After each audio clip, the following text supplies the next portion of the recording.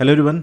आज हम डिस्कस करने वाले हैं about national action plan on climate change, जो इंडिया ने 2008 में लॉन्च किया था to implement the targets of UNFCCC, United Nation Framework Convention on climate change, जो कि एक 1992 के earth summit, Rio summit, earth summit का एक important one of the outcome था।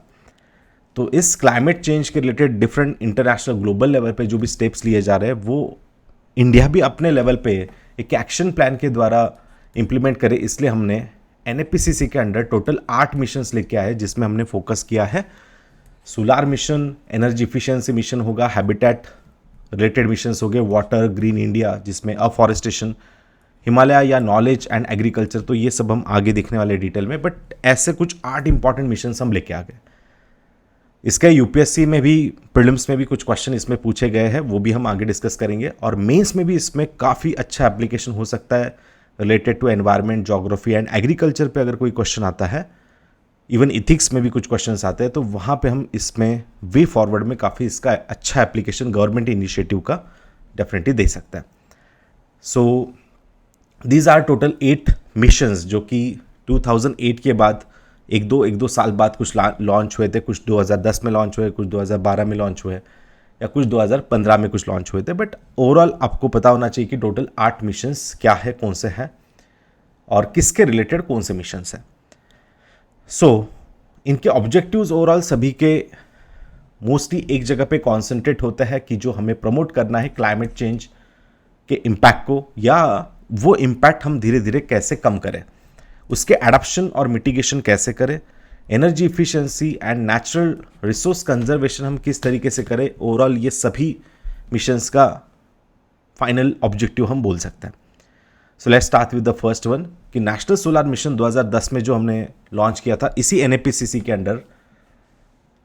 उसमें हमारा टारगेट था 20 गीगावाट तक 2022 तक अचीव करना है, बट वही टारगेट आगे काफ़ी अच्छा बढ़ते गया कि 100 गीगावाट हमने 2022 तक अचीव करना था। And even in this COP26 Glasgow में जो मीटिंग हुई थी यूएनएफसीसीसी की, तो वहाँ पे हमने पंचामृत जो टारगेट्स है, हमारे 5 टारगेट्स है इंपॉर्टेंट, उसमें वन ऑफ द टारगेट हमने डिक्लेयर किया कि 500 गीगावाट हम रिन्यूएबल एनर्जी से जनरेट करेंगे। उसमें से लगभग 250 गीगावाट ये अकेले सोलार से होगी। तो ऐसे कुछ हम टारगेट बढ़ाते गए, बट अभी के लिए तो याद सबको रखना है कि रिसेंटली 2 दिन पहले की बात है, India achieves 70.10 gigawatt solar energy against the target of 100 gigawatt. मतलब हम थोड़ा शॉर्ट तो कर ही रहे कि 2022 तक हमें 70 गीगावाट करना था, बट जो कि हुआ नहीं। But still India is trying our best and 70 gigawatt अभी सोलर का अचीव हो चुका है।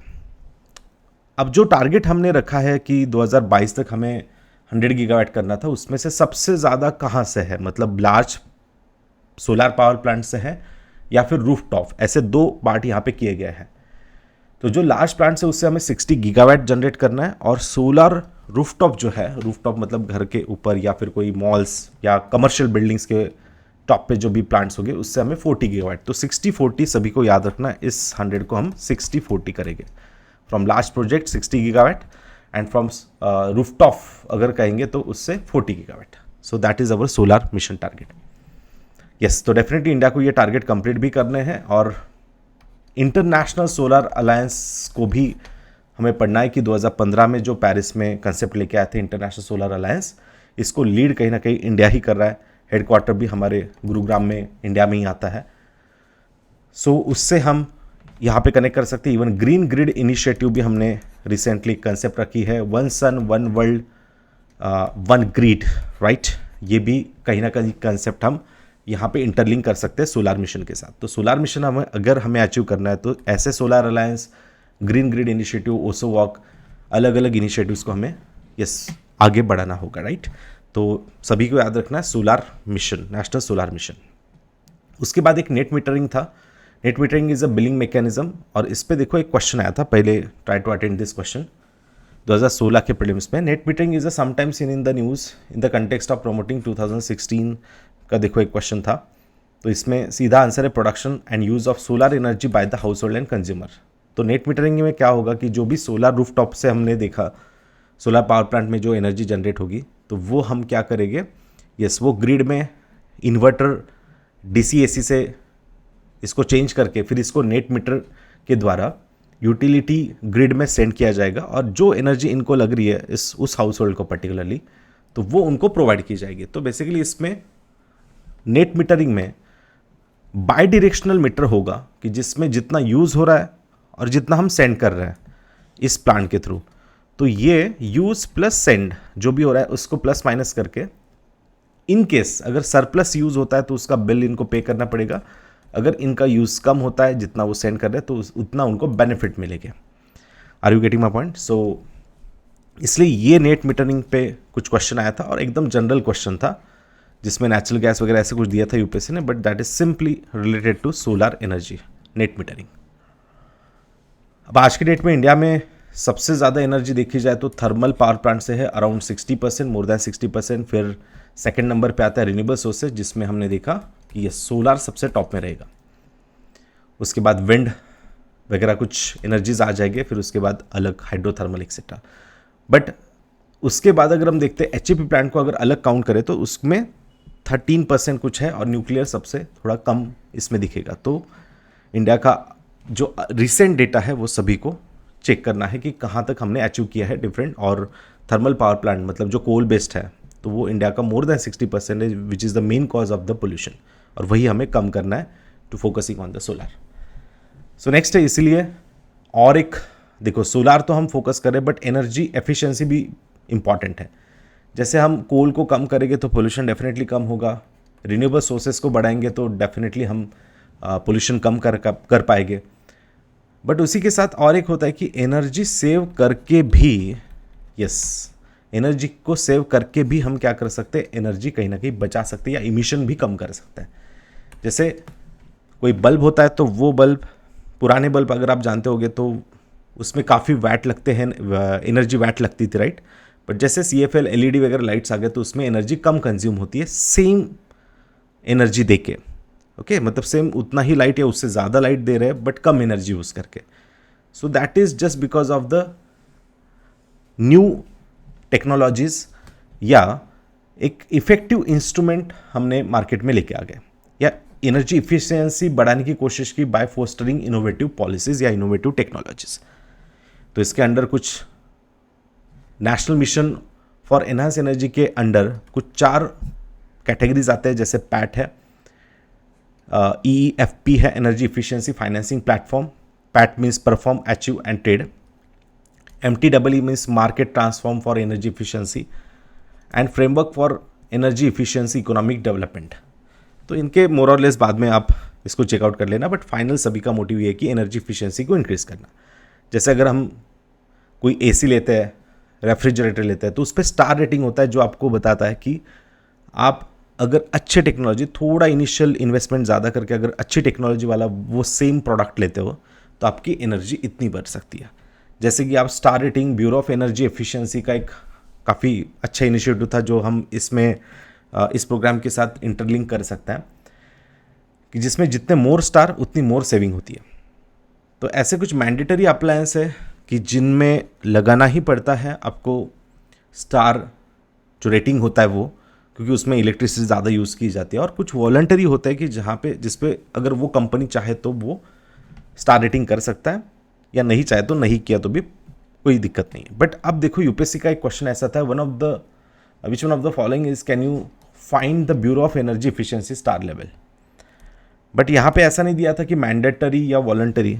तो देखो क्वेश्चन क्या है, तो इसमें सीलिंग फैंस है, इलेक्ट्रिक गेसेस एंड ट्यूबुलर, क्योंकि they do not have mention की मैंडेटरी या वॉलंटरी। सो तीनों भी यहाँ पे सही हो गए, ऑल ऑफ द अबव। क्योंकि आप लिस्ट में देखो मैंडेटरी में ट्यूबुलर फ्लोरोसेंट लैंप है, डिस्ट्रीब्यूशन ट्रांसफॉर्म है, इलेक्ट्रिक गेसेस एंड यहाँ पे देखो सीलिंग फैन जो वॉलंटरी में आता है। But question is straight forward question था। बट हाँ, क्वेश्चन ये भी बन सकता है कि मैंडेटरी किस पे है, which of the following is mandatory. So you should know this. AC frost free refrigerator हो गए, डिस्ट्रीब्यूशन ट्रांसफॉर्मर, डिफरेंट अलग अलग प्रकार के AC हो गए, कलर TV है ना, LED लैम्प्स होता है, तो इसमें मैंडेटरी है। तो आई विल रिकमेंड एवरीवन कि मैंडेटरी की लिस्ट ज़रूर आप इसको पढ़ लेना। तो इसके कहते हैं star rating and energy efficiency से हम डेफिनेटली अचीव कर सकते हैं लोगों को एजुकेट करके। Next scheme is habitat. National mission on sustainable habitat, जैसे आप सभी जानते हो कि आजकल टाउन प्लानिंग, सिटी डेवलपमेंट या इतना ज़्यादा पॉपुलेशन सिटीज़ में बढ़ते जा रहा है जिससे डिफॉरेस्टेशन भी कहीं ना कहीं हो रहा है अर्बनाइजेशन की वजह से, या अर्बन हीट आइलैंड्स क्रिएट हो रहा है। अर्बन का जो टेम्परेचर है अर्बन एरियाज़ का वो बाकी सराउंडिंग रीजन से बहुत ज़्यादा देखने को मिल रहा है। तो इसलिए इसके बाद जो भी सिटीज़ न्यू डेवलप होगी तो उसको हम सस्टेनेबल तरीके से डेवलप करेंगे, including the environment, considering the environment. जैसे कोई बिल्डिंग्स हो गए तो बिल्डिंग कोड हम प्रॉपर रखेंगे कि जिसमें सीमेंट से ज़्यादा हम कुछ ग्लास के कवरिंग देखते हैं, सो दैट लेस एब्जॉर्प्शन रहे सनलाइट का और ज़्यादा से ज़्यादा रिफ्लेक्शन बना रहे। मतलब एल्बेडो हमें ज़्यादा मेंटेन रखना होगा, एल्बेडो रिफ्लेक्शन मेंटेन रखना होगा, सो दैट जो एब्जॉर्प्शन है या फिर जो ग्लोबल वार्मिंग है अर्बन सिटीज़ के द्वारा वो कहीं ना कहीं कम होगा। एंड नियरली ग्लोबल वार्मिंग में 20% रोल आता है अर्बनाइजेशन का। मतलब ग्लोबल वार्मिंग होने के लिए 20% अर्बन एरियाज भी रिस्पॉन्सिबल है।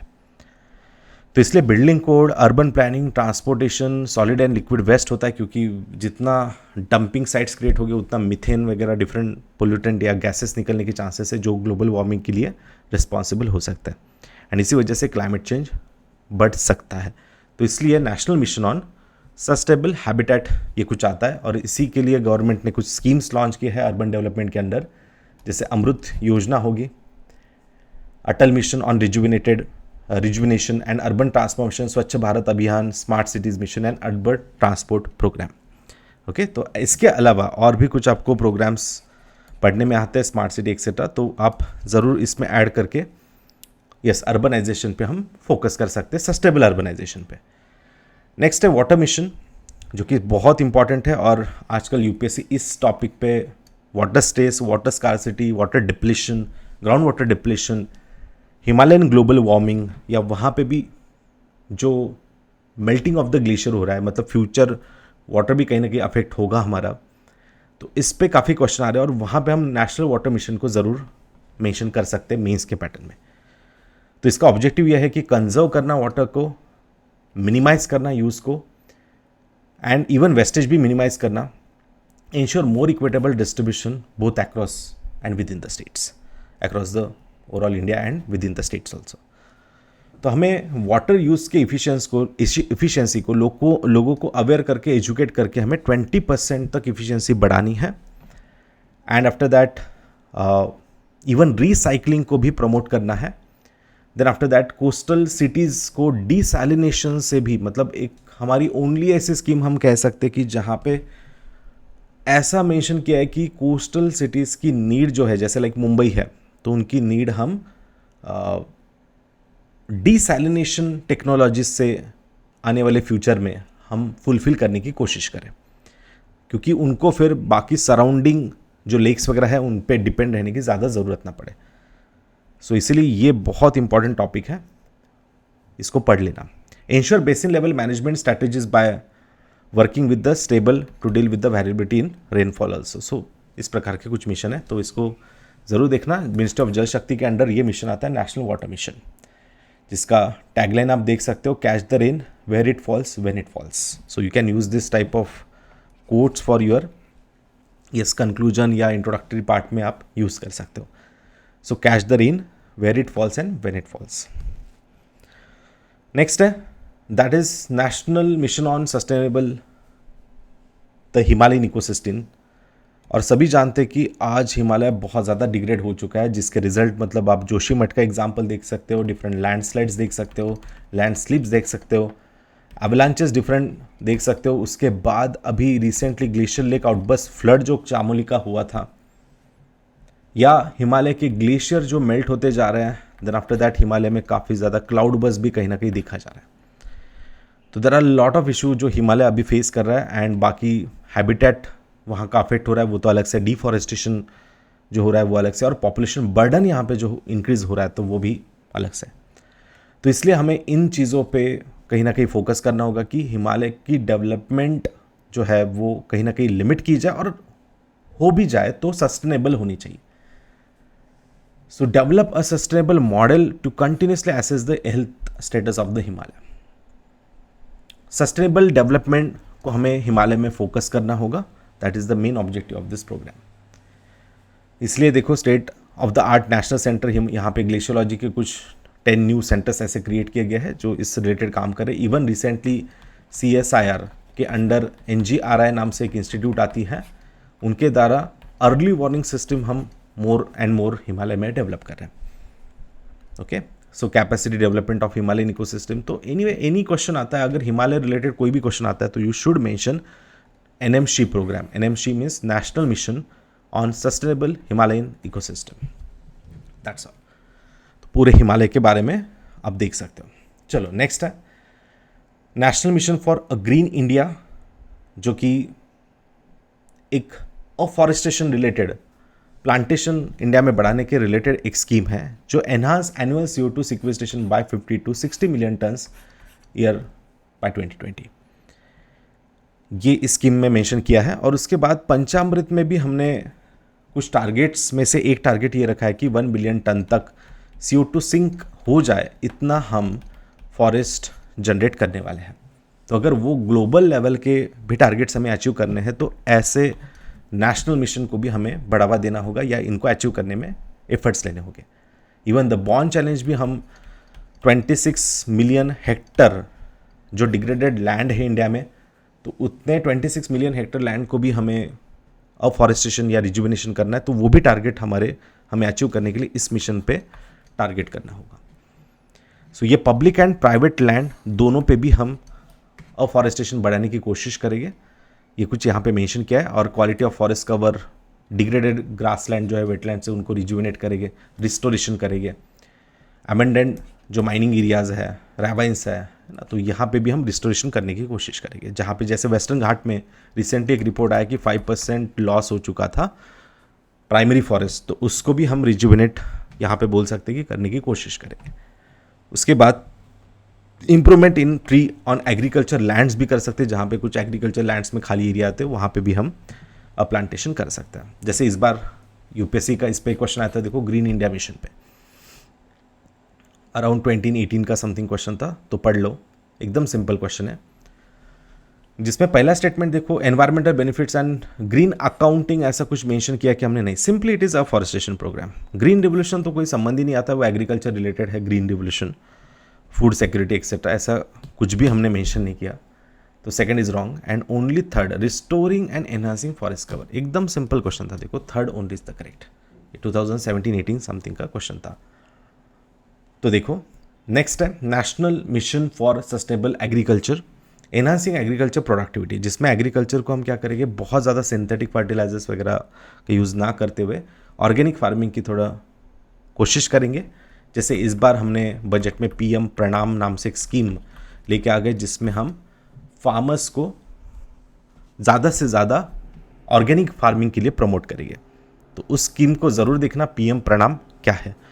Anyway 60% of countries net sown area is rainfed and 40% and the account for the 40% of the total food production. मतलब इस रेनफेड एरिया पे हमें कैसे टारगेट करना है या सस्टेनेबली एग्रीकल्चर कैसे करना है, इंटीग्रेटेड फार्मिंग कैसे करनी है, सॉइल हेल्थ कैसे कंजर्व करनी है। Through the soil health card हम कर सकते हैं, प्रधानमंत्री कृषि सिंचाई योजना है ना, इन योजना का उपयोग करके हम क्या कर सकते हैं कि एग्रीकल्चर को सस्टेनेबल कर सकते हैं। इसमें काफ़ी सारे पॉइंट और भी है, डिफरेंट डायमेंशन से, आप ज़रूर इसको बाद में पॉज करके देखना कि कौन से डायमेंशंस यहाँ पे national mission on sustainable agriculture के अंडर आता है। लास्ट है national mission on strategic knowledge for climate change, कि जिसमें आप देख सकते हो कि इसका एम है कि जो हम नॉलेज बिल्ड कर रहे हैं different lab and research and development इसमें, तो वो डिफरेंट नेशनल पॉलिसीज़ या लोगों तक पहुंचना चाहिए। बेसिकली वो नॉलेज हमारा क्लाइमेट चेंज रिलेटेड नॉलेज लोगों तक पहुंचना चाहिए। जैसे अभी लाइफ टाइम इनिशिएटिव हमने लेके आ गए, लाइफस्टाइल फॉर द एनवायरनमेंट, तो इसमें भी है ना, हर जो हम स्टेप लेने वाले हैं वो हर एक लेवल पे, इंडिविजुअल लेवल पे कैसे हम लेके आ सकते हैं, उसमें हम चेकआउट करेंगे। And effectively to climate challenges while not compromising on the nation's growth goal also. तो ये स्ट्रैटेजिक नॉलेज जो है हमारा climate change related, so we will use to even for the development. Anyways, then last is the National Bioenergy Mission. It aims the mission to push sustainable development of the renewable energy sector. जिसमें हम biofuel mission, आप जानते हो national biofuel mission हम लेके आए थे, और जिसमें 2018 से हमने ये लॉन्च किया था, जिसमें हमने मेंशन किया था इनिशियली 10% तक हम इथेनॉल ब्लेंडिंग अचीव करेंगे। और अभी रिसेंटली हमने E20 मिशन जारी किया 2025 तक, हमें इथेनॉल 20% तक ब्लेंडिंग अचीव करना है पेट्रोल एंड डीजल में, जिससे हमारा जो बर्डन है इंपोर्ट पे वो कम होगा एंड इवन पोल्यूशन कम होने में भी मदद होगी। रिसेंटली हमने 10 से 11% तक अचीव ऑलरेडी कर दिया है, बट आने वाले 3 साल, 2 से 3 साल में हमें ये 20% तक अचीव करना है, सो दैट इंडिया को इस बायो एनर्जी पे डेफिनेटली फोकस करना होगा। ओके, तो ज़रूर देखना आज E20 प्रोग्राम क्या है, नेशनल बायोफ्यूल मिशन इंडिया का क्या है। So that is all. So I hope everyone understood these all 8 mission related to National Action Plan on Climate Change, जिसको मेंस में काफ़ी ज़्यादा इंपॉर्टेंट है और इसको ज़रूर मेंशन करना एनवायरनमेंट, एग्रीकल्चर एंड जोग्राफी के आंसर्स में, इवन इंक्लूडिंग इकोनॉमिक्स ऑल्सो। इसके अलावा आप मुझे अनअकैडमी पे फॉलो कर सकते हो, just type Sumit Konde on Unacademy and just follow for more free classes. Okay, and stay tuned for our next session. Thank you.